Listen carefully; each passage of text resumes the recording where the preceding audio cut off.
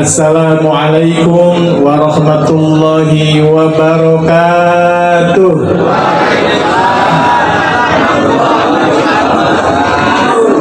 Bismillahirrahmanirrahim. Alhamdulillahilladzi bi ni'matihi tatimmus sholihat. Asyhadu alla ilaha illallah wahdahu la syarikalah wa asyhadu anna Muhammadan abduhu wa rasuluh. Allahumma shalli wa sallim wa barik ala sayyidina wa maulana Muhammadin wa ala alihi wa sahbihi ajma'in, amma ba'd. Hadratul Al-Fadil, para alim, para ulama, para ustadz, para sesepuh, bini sepuh, para tokoh masyarakat, tokoh agama yang tidak bisa saya sebutkan satu persatu, semuanya yang saya muliakan. Wabil khusus kepada tuan rumah Sohibul Hajah Bapak Haji Aswir beserta keluarga besar yang kami muliakan. Spesial juga kepada Bang Nofriandi yang alhamdulillah mendapat karunia dari Allah Subhanahu wa taala berupa amanah. Halo Bapak. Ceramahnya sebentar aja ya. Ini udah gerimis. Nanti kalau lebih dari 10 menit diprotes. Bapak-bapak yang saya muliakan, hadirin, hadirat, muslimin, muslimat, mukminin, mukminat, muta'alimin, muta'alimat, rahimakumullah. Sungguh tiada kata yang lebih indah untuk mengawali jumpa kita pada malam hari ini kecuali alhamdulillah segala puji hanyalah milik Allah Subhanahu wa taala yang telah mentakdirkan kita bisa berkumpul, bertemu dalam majelis yang insya Allah penuh barokah ini, majelis walimatul aqiqah. Semoga apa yang kita lakukan pada malam hari ini benar-benar dicatat sebagai amalan sholihan makbulan indallah. Amin Allahumma amin Allahumma. Bapak-bapak yang saya muliakan, Rasulullah Shallallahu Alaihi Wasallam bersabda, "Idza du'iya ahadukum ilal walimah falyatiha." Hadis sahih riwayat Muslim. Tatkala kamu diundang ke walimah, tatkala kalian diundang oleh tetangganya untuk pergi ke walimahan, falyatiha, maka datanglah, datangilah. Ini hadis riwayat Muslim. Bapak Ibu yang saya muliakan, artinya keberadaan kita pada malam hari ini bukan semata-mata menghadiri undangan tuan rumah Bapak Haji Aswir, tapi kehadiran kita di sini salah satunya sedang menjalankan sunnah Nabi Shallallahu Alaihi Wasallam. Alhamdulillah. Jadi yang hadir di sini insya Allah semuanya ini akan dapat pahala yang banyak.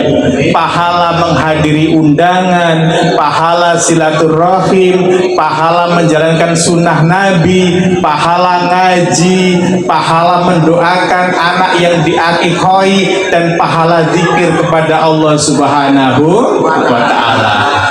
Bapak Ibu yang saya muliakan, kemudian saya mengucapkan selamat kepada Bapak Nofriandi yang diberikan anugerah sangat besar oleh Allah Subhanahu wa taala berupa putri yang kedua.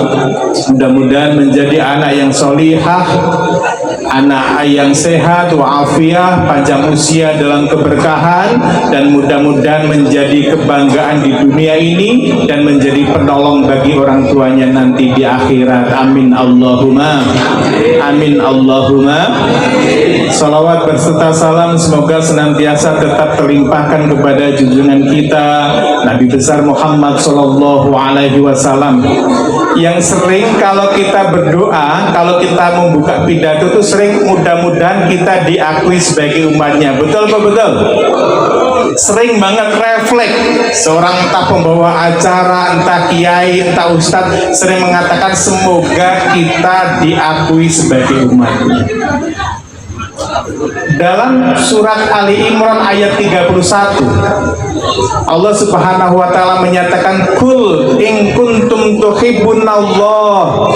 Katakanlah, jikalau kamu memang mencintai Allah, fattabi'uni, maka ikutilah cara-caraku, ikutilah aku, kata Rasulullah Shallallahu Alaihi Wasallam. Ini Al-Quran surat Al-Imran ayat 31. Artinya bapak-bapak, ketika kita menghendaki kepingin diakui sebagai umat Nabi, kita kepingin diberi syafaat oleh Rasulullah, maka ikutilah cara-cara Nabi Muhammad Shallallahu Alaihi Wasallam, ikutilah sunnah-sunnahnya. Dan salah satu sunnah Rasulullah Shallallahu Alaihi Wasallam yang sangat-sangat dianjurkan adalah melaksanakan akikoh. Ini akikoh ini luar biasa Bapak Ibu yang saya muliakan. Tidak semata-mata menyembelih kambing, tapi ini adalah sebagai wujud syukur dan sedang mentradisikan sunnah Rasulullah Shallallahu Alaihi Wasallam. Jadi bapak-bapak, ibu-ibu yang saya muliakan, ketika kita berakikoh, saat inilah sebenarnya kita sedang menghidupkan sunnah-sunnah Rasulullah Shallallahu Alaihi Wasallam. Bapak ibu yang saya muliakan, Rasulullah memberikan satu motivasi luar biasa. Ini ceramahnya jadi cepat banget, kecepatan ya, karena gerimis. Rasulullah memberikan satu motivasi begini: man ahya sunnati inda fasadi ummati falahu ajru mi'ati syahid. Barang siapa yang menghidupkan sunnahku di saat umatku sudah rusak, maka dia akan memperoleh pahala seperti 100 orang mati syahid, Pak. Ini luar biasa. Satu orang mati syahid itu, Pak, pahalanya luar biasa. Dia diampuni dosanya, kuburnya udah bebas daripada hisab daripada siksa kubur. Dia akan ditempatkan oleh Allah Subhanahu wa taala di tempat yang mulia. Dan orang yang mati syahid itu bapak-bapak, dia diberi hak, diberi izin sama Allah Subhanahu wa taala untuk bisa mensafaati 70 keluarganya. 70 keluarganya bisa ditolong. Orang yang satu mati syahid. Ketika di zaman yang sudah rusak, kemudian kita menghidupkan sunnah Rasulullah, Rasul menjanjikan kita memperoleh pahala seolah-olah kita mati 100 kali dan syahid semuanya. Alhamdulillah. Berarti kita itu nanti ketika kita dengan ikhlas mengadakan akikoh dalam rangka mengikuti sunnahnya, dalam rangka kita menghidupkan sunnah di akhir zaman ini, kita seperti memperoleh pahala seperti 100 orang syahid. Satu orang syahid bisa mensyafaati 70, berarti 70 kali 100 itu 7.000 Bapak.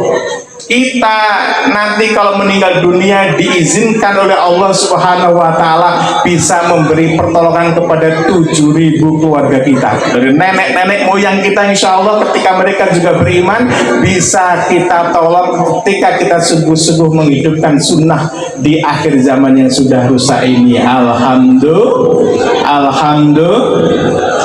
Pak Amin, hadis itu kan mengatakan kalau zamannya sudah rusak. Apakah sekarang zaman sudah rusak, Pak Amin? Tanda-tandanya memang seperti itu. Kita jujur ya, maaf di bahasa Prancis. Apa namanya? Keliru bahasa Prancis ini Pak Ahmad, mohon maaf. Bapak-bapak, memang di satu sisi kita itu alhamdulillah syiar Islam bagus, tapi di sisi lain kemaksiatan merajalela. Betul apa betul? Sekarang yang namanya judi online itu sudah masuk ke ranah-ranah pedesaan. Begitu banyak keluarga yang bercerai-berai berantakan gara-gara judi online. Betul apa betul? Ada yang menjual asetnya untuk judi online, ada yang mencuri untuk judi online, ada yang menggelapkan dana negara untuk judi online. Ini kerusakan yang luar biasa. Belum narkoba, begitu banyak remaja-remaja kita yang seharusnya menjadi remaja harapan bangsa itu hancur berantakan gara-gara narkoba. Belum lagi hoax, orang menfitnah, saling menyalahkan di media sosial begitu mudahnya. indahnya. Ada yang zaman dulu Bapak mohon maaf, kalau berbuat dosa itu sembunyi-sembunyi. Sekarang pacaran itu disorting, diupload. Betul Pak. Ini maksiat sudah luar biasa. Mudah-mudahan kita diselamatkan dari zaman akhir ini. Amin Allahumma amin. Nah, ketika zaman sudah seperti ini Bapak-bapak, terus kok kita itu bisa menghidupkan sunnah Rasulullah, pahalanya luar biasa. Sunnah Rasulullah bukan hanya akikah ya, tapi sangat banyak. Saya kasih contoh simple. Wa ma umiru illa liya'budullaha mukhlishina lahuddin. Dan tidaklah kita semua manusia ini diperintah oleh Allah untuk apa Bapak? Beribadah. Ibadah itu ada dua arti Pak. Ini di surat Al-Bayyinah ayat 5. Satu menyembah, artinya itu menyembah. Yang kedua beribadah. Apa bedanya Pak Amin menyembah dengan beribadah? Kalau menyembah itu waktunya sebentar Pak. Sholat itu paling 5 menit, dari takbir sampai salam selesai. Puasa itu cuma 1 hari, dari terbit fajar sampai maghrib. Zakat itu hanya beberapa menit saja gitu. Itu kalau kita menyembah berarti kita sedikit sekali kita berhubungan dengan Allah Subhanahu wa taala. Tetapi yang kedua, kita disuruh beribadah. Beribadah itu berarti berapa lama Pak Amin? Sepanjang zaman, sepanjang waktu. 24 jam kita harus beribadah. Di pasar, di kebun, di kantor, di jalanan, di proyek, ketika kita ngurusin iklan dan semuanya, itu kita harus beribadah kepada Allah, harus mengikuti cara-cara Rasulullah Shallallahu Alaihi Wasallam. Misal gini Pak, kelihatannya remeh ya, tapi kalau kita ngikut sunnah itu dapat pahala luar biasa. Laqad kana lakum fi rasulillahi uswatun hasanah. 1 hasanah itu akan dibalas menjadi 10 hasanah. Man ja'a bil hasanati falahu asyru amsalihha. Ini Quran semua. Rekan-rekan bapak-bapak yang saya muliakan, misalnya kita tidur itu kan seolah-olah nggak ibadah. Tapi kalau misalnya sebelum tidur kita baca Bismika Allahumma ahya wa amut, kita baca Qul huwallahu ahad, kita baca Falak, kita baca Binas, kita baca Al-Kafirun, kita baca Bismillahirrahmanirrahim 21 kali, kita baca ayat kursi, wudhu, kemudian kita tidurnya miring ke kanan Pak. Perkara nanti 2 menit selanjutnya bolak-balik terserah. Tapi sunnah Rasul awal tidur dengan miring ke kanan, gitu. Atau Bapak wudhu, terus tidur kok batal, sudah nggak usah wudhu lagi. Tapi kita udah sunnah Rasulullah, wudhu terlebih dahulu. Kalau kayak gini kita udah dapat pahala banyak banget Pak. Tidurnya itu, tidur ini jadi ibadah, karena tidur ini adalah ibadah paling khusyuk. Betul nggak Pak Haji? Ibadah kita paling khusyuk ya tidur itu. 8 jam itu khusyuk banget tidur kita. Ini kalau tidurnya sesuai sunnah Rasulullah, maka kita dapat pahala. Bangun tidur kita mengucapkan alhamdulillahilladzi ahyana ba'da ma amatana wa ilaihin nusur. Kemudian kita masuk ke WC, kaki kiri terlebih dahulu, tidak ngomong-ngomong di WC, nanti keluar dari WC kanan dulu, keluar terus kita berdoa gitu ya. Ini ke WC-nya itu Bapak cara Rasulullah. Kalau sudah cara Rasulullah, kita ke WC itu dicatat pahala Pak. Nah ini namanya kita beribadah 24 jam. Kalau kita nanti di akhirat, Allah berfirman, Iqra, kita baca catatan amalmu. Dibuka itu WC semua. Tapi kok dapat pahala gitu? Karena WC-nya mengikuti Rasulullah Shallallahu Alaihi Wasallam. Begitu juga kita menggalak ke pasar, bisnis, ke kantor dan sebagainya, niatnya untuk mencari nafkah halal, ini akan mendapatkan pahala yang luar biasa. Sudah berapa menit?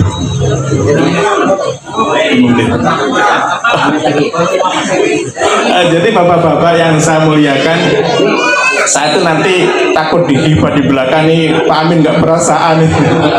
Udah malu. Bapak-bapak, tapi intinya adalah kita hidupkan sunnah Rasulullah Shallallahu Alaihi Wasallam. Kemudian akikah ini bapak-bapak, ibu-ibu yang saya muliakan, ini sebagai wasilah itafaulan, agar si anak ini dalam perkembangannya senantiasa beriman kepada Allah Subhanahu wa ta'ala, dikasih karunia oleh Allah, disyukuri dengan akikah sesuai sunnah Rasulullah, maka insya Allah perkembangan anak ini akan menjadi anak yang beriman. Amin Allahumma amin Allahumma. Nah, iman ini Bapak Ibu yang saya muliakan, ini nggak main-main, paling mahal. Sekaya apapun di dunia, kalau dia nggak beriman, tidak ada artinya nanti di akhirat.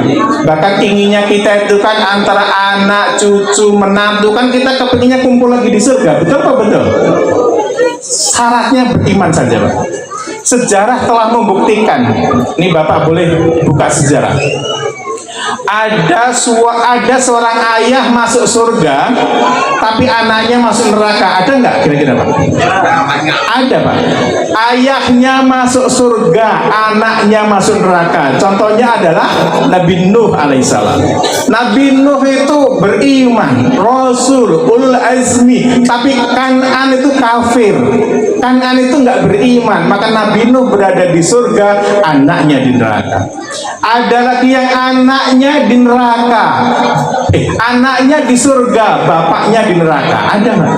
Yaitu Nabi Ibrahim alaihissalam. Nabi Ibrahim di surga, bapaknya Azar itu pembuat patung berhala yang disembah itu. Ini anaknya di surga, bapaknya di neraka. Ada yang suaminya di surga, istrinya di neraka. Ini Pak, pelajaran bagi kita. Ada itu, Pak. Siapa? Nabi Lut. Nabi Lut alaihissalam. Nabi luar biasa taatnya kepada Allah, tapi istrinya durhaka, maka dia dibinasakan sama kaumnya, dan nanti di akhirat dia berada di neraka. Istri Nabi Lut tahu, Pak, namanya siapa? Halo? Ada yang tahu istrinya Nabi Lut langsung dapat hadiah? Ada yang tahu?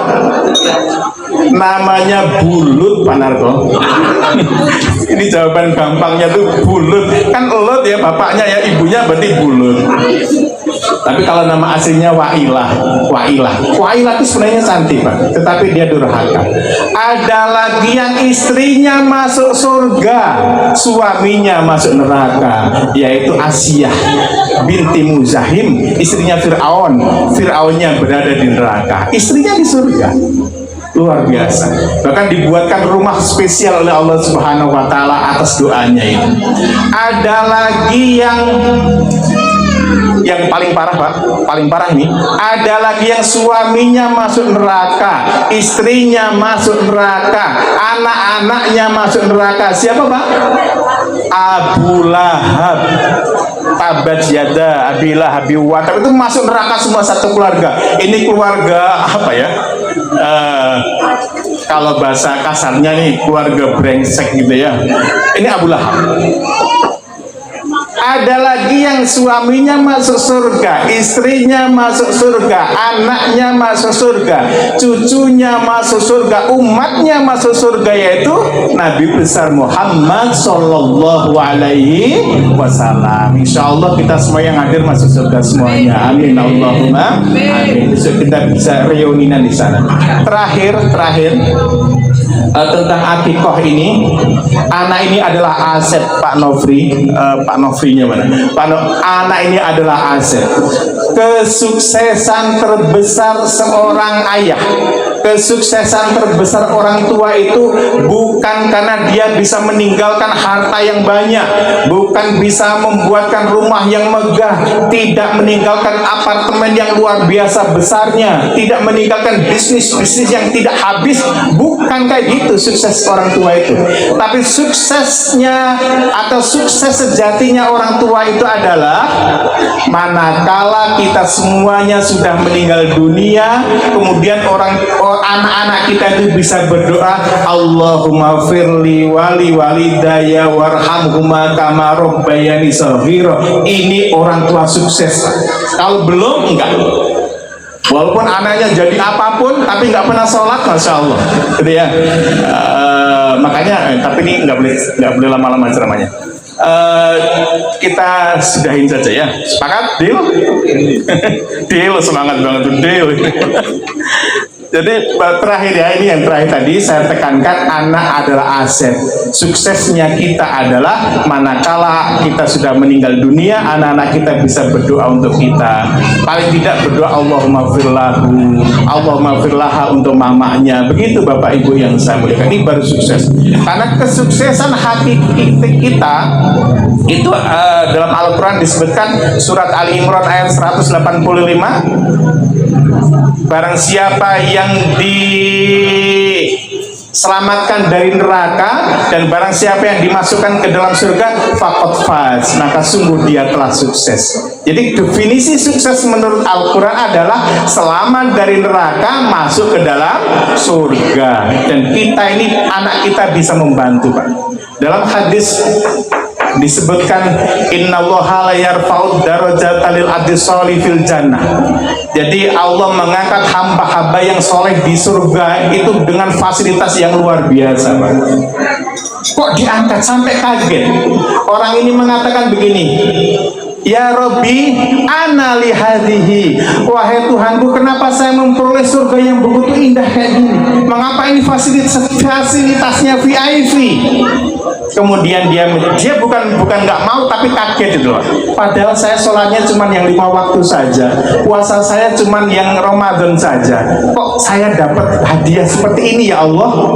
Ya Rabbi anna li hadhihi, kenapa saya bisa mendapatkan seperti ini? Fayaqulu, kemudian dikatakan bistighfari waladikalaka, ini semuanya saya berikan karena istighfar anakmu kepadamu. Alhamdulillah. Jadi istighfar anak-anaknya itu akan sangat bermanfaat kepada kita. Harusnya surganya kita biasa-biasa saja, karena anak kita mendoakan dan mengistighfarkan untuk kita diangkat derajatnya oleh Allah Subhanahu wa taala. Alhamdulillahirabbil alamin. Wassalamualaikum warahmatullahi wabarakatuh.